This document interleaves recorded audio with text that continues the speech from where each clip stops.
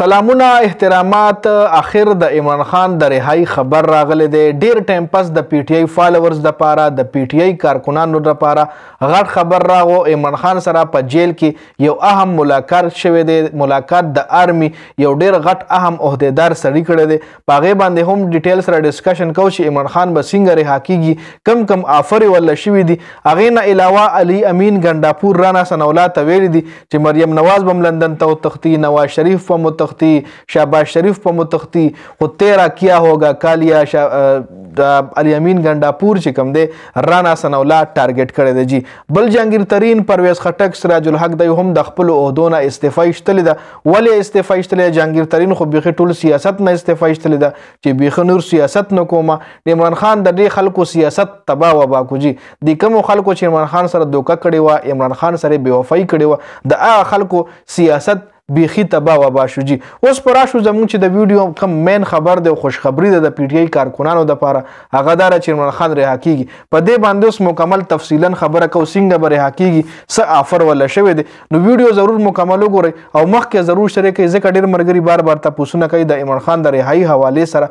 خبر دا راغلی چې عمران خان سره په اډیاله جیل کې عمران خان سره په اډیاله جیل کې یو اهم ملاقات شوی دی او عمران خان به ډېر زر د اډیاله جیل نه بنیګاله رهایشګاه ته شفټ کیږي. بنیګاله رهایشګاه ته چې شفټ شي نو مکمل آزاد به نه وي. جي هغه به هم د عمران خان دپاره یو قسم لکید وي، څنګه چې بشرا بیبي دپاره بنیګاله رهایشګاه د عمران خان یو قسم له سب جیل جوړ شوی، نو دغه رنګ د عمران خان چې کومه رهایشګاه ده بنیګاله ابه د عمران خان دپاره سب جیل جوړ شي. جي بل د کپتان یو اعلی افسر سره په جیل کې ملاقات هم شوی دی. دا افسر د آرمی یو ډیر غټ افسر دی چې عمران خان سره ملاقات شوی دی. خبردار راغلی چې لیفټیننټ جنرال محمد اویس دستگیر عمران خان سره ملاقات کړی دی.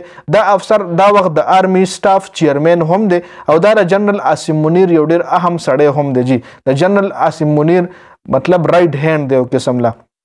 اوس دې حوالې سره اسد تور چې کوم دی هغه خبرونه شیر کړي دي.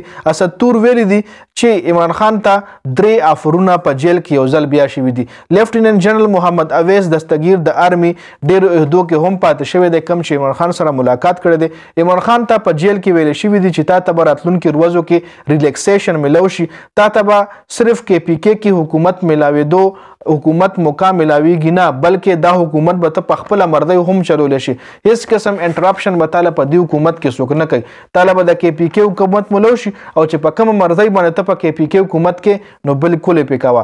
او بل په وفات کې به هم د ستا د منډیټ مونږ پوره خیال ساتو. جي ته وایي راشه مطلب حکومت پرېږده، کوم حکومت چې هم په ملک باندې راځي ته دغه پرېږده چې حکومت په ملک وچلي. که رستا راځي د ستا حکومت ته راشي، که در چې حکومت راځي په ملک په حکومت راشي.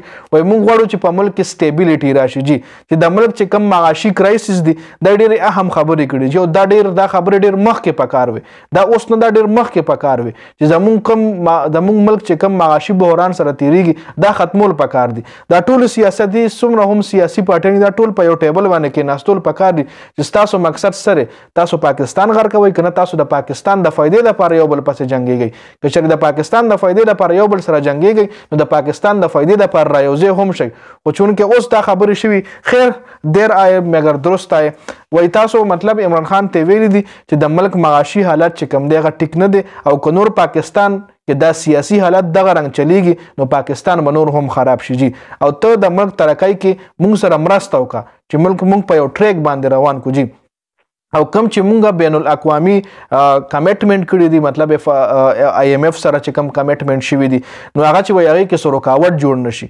مطلب چې هغه کم کمیټمنټ مونږ بهر ملکونو کې کم بین الاقوامي ادارې دي آی ایم ایف شو یا نورې هم ادارې کېدی شي یا بزنس چې کم ماډلز دي پاکستان ته راتلو واله دي چې یې سره مونږ کمیټمنټ کړي چې هغه کمیټمنټ کې مونږ هغوی له دروغجن ثابت نه شو. عمران خان ورته ډېر زبردست جواب ورکړی دی. عمران خان ورته بالکل ویلي چې بالکل ستاسو خبرې ماله په سر سترګو منظور دي. عمران خان ولا دا نه دی ویلي چې ماله جیل نه وباسئ، ماله رهایي راکئ او د ما کیسونه ختم کئ. هیڅ قسم آفر ولا عمران خان نه دی خولی. عمران خان ولا صرف دا ویلي دي چې زموږ نه کم سیټونه پټ شوي دي موږ له د هغه سیټونه واپس ملو شي. نو په هغې ولا دغه جنرال چې کوم دا کم چې د آرمی خاص سړی او دستګیر صاحب ده ولا ویلي بالکل دا خو د ستاسو حق دی، لاړ شئ عدالت کې کیسونه واچوئ، تاسو سره به ثبوتونه وي، فارم 45 فارم 47 په تاسو سره لاړ شئ. زموږ در کیس کار نشته، موږ خو د ملک ترقي غواړو. لاړ شئ تاسو تاسو کیسونه واچوي عدالت کې که عدالت د خپل حق درکو بس عدالت په د حق درکړي مونږ خو درکې کار نه لرو مونږ خو دا نه وایو چې مطلب تعالی د کې سیټونه نه ملاويږي یا دا ول یا خو یا دی خو مونږ درکې وایي کار نه لرو عدالت تلاړ شي کیسونه واچوي او چې هیڅ قسم څه خبره می عدالت په تاسو لکه د مونږ مقصد خو صرف ملک معاشي کرایسس چې کوم دی دا ختمول دي نو دا یو ډیر اهم میټینګ شوی دی او دې میټینګ نه پس لکه تاسو خپل وایي چې عمران خان د رها کېدو چانسز څومره شو ما خیال 100% عمران خان براتلونکي وخت کې لږ ټایم کې ډېر ټایم نه لږ ټایم دی ول ډېر زر به تاسو هغه وینئ چې هغه کولاو شي په میډیا باندې به هم راشي جلسې به هم شروع شي جی نو دا څه هم اپډیټ شو د عمران خان فالوورز د لپاره سپیشلی نو د ویډیو کتلو زیاته مننه ویډیو ضرور مخکې ملګرو سره شریک کړئ والسلام